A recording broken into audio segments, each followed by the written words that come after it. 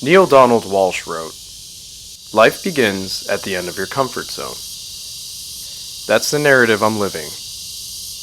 The rudimentary, the pure, the final frontier of the Philippines.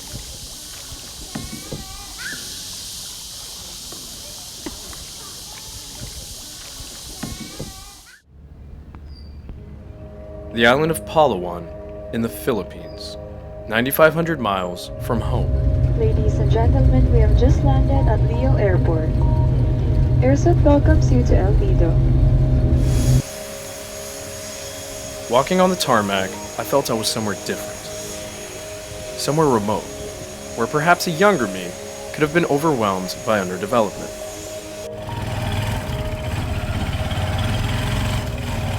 If you hate lines, inauthentic restaurants geared to tourists, Disney World, or any semblance of vanilla travel, you pack your off spray and you come here. To say I've been anywhere like El Nido would be a lie. In the time that I've been traveling around Southeast Asia, or anywhere else in the world for that matter, I've never experienced a place as uniquely alluring and simultaneously frustrating as El Nido. More and more backpackers with questionable at best hygiene come to this tiny town that is extremely ill-equipped to deal with the massive influx of hippies that jam into it. From power outages to the worst internet connections imaginable, you should be advised that this is not luxury. This is raw. Take it or go to the Turks and Caicos, buddy. El Nido town is not big by any stretch of the imagination, but it seems to have two of everything you need. It's got 2 pharmacies, 2 ATMs, maybe like 2 beaches, I don't know. Point of the matter being is that it's great for, I guess, the backpacker that only needs a few things. And here's probably the most important thing I can tell you. So here's the thing about the Wi-Fi in El Nido. Anyone who tells you that they have the best Wi-Fi is lying to you. You see, Wi-Fi in El Nido is kind of like dial-up internet in 1999 in India. It's no good. It depends on how many people are using the network, the rotation of the earth. Point of the matter is, if you're looking for a good connection, you're screwed. The key to enjoying your time here is by not spending too much time in the actual El Nido town. Because, well, it's not that great. However, you do need food, and I got the real Filipino goodness at this place. Yaris, right on the beach by the pier. There's my favorite, the national dish called sisig, but this time made with fresh crocodile. Or the always reliable chili crab cooked on the grill right outside for all to see. Yeah. Oh yeah. It's something you really need to eat.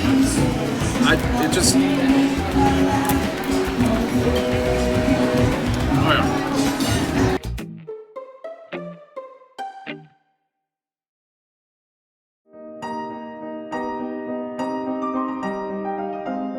Another day in a faraway paradise.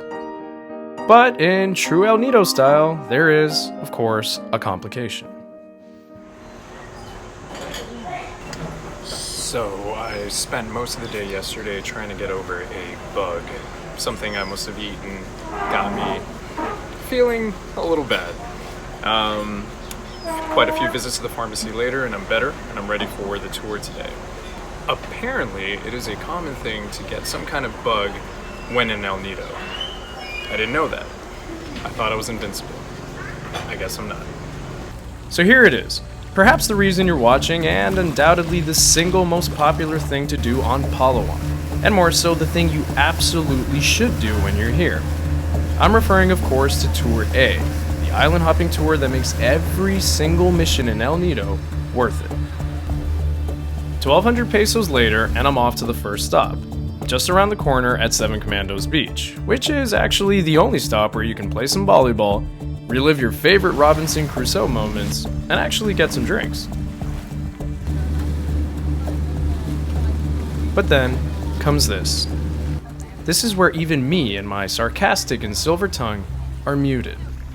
Because once you get to the small lagoon, that's when you search back for the files in your mind and realize that you've never seen these colors, these greens, The seemingly giant pool with limestone karst shooting right out of it.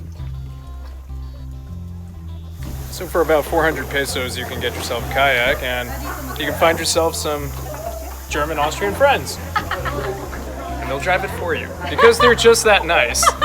No. And you can get an occasional accident.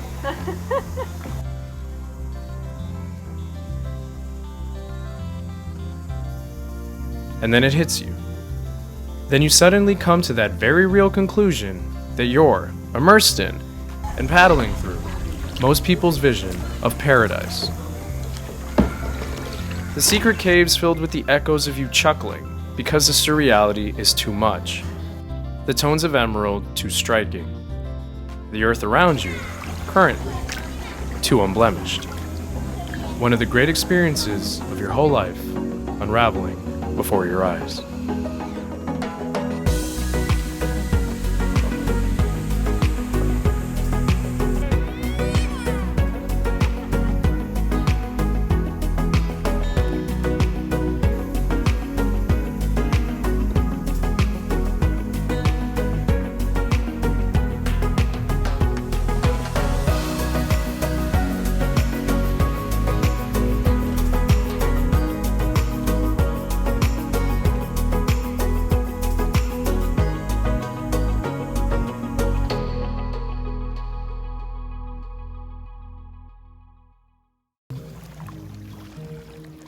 Sailing on a hot day anywhere in Southeast Asia will get you hungry.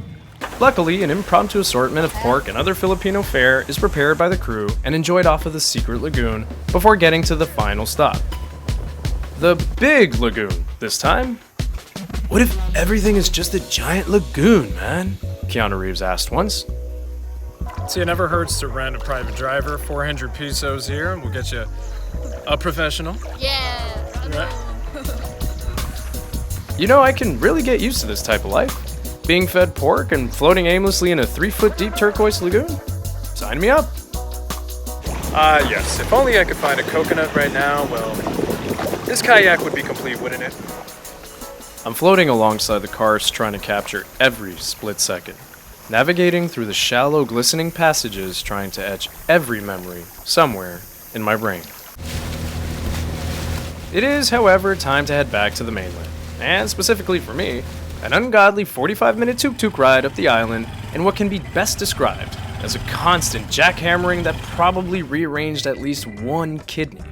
Worth it once you get to Nacpan Beach, where, like in almost every corner of this giant island and surrounding lagoons, you'll unlock the next level of Instagram photography. You've now joined the higher circle of Gram. Congratulations, you're not basic. No, there's a good reason why people come to Nacpan and why they tell you to come here to begin with. Long stretches of sand, restaurants, massages. Damn, it's nice. I think I'm gonna get a massage.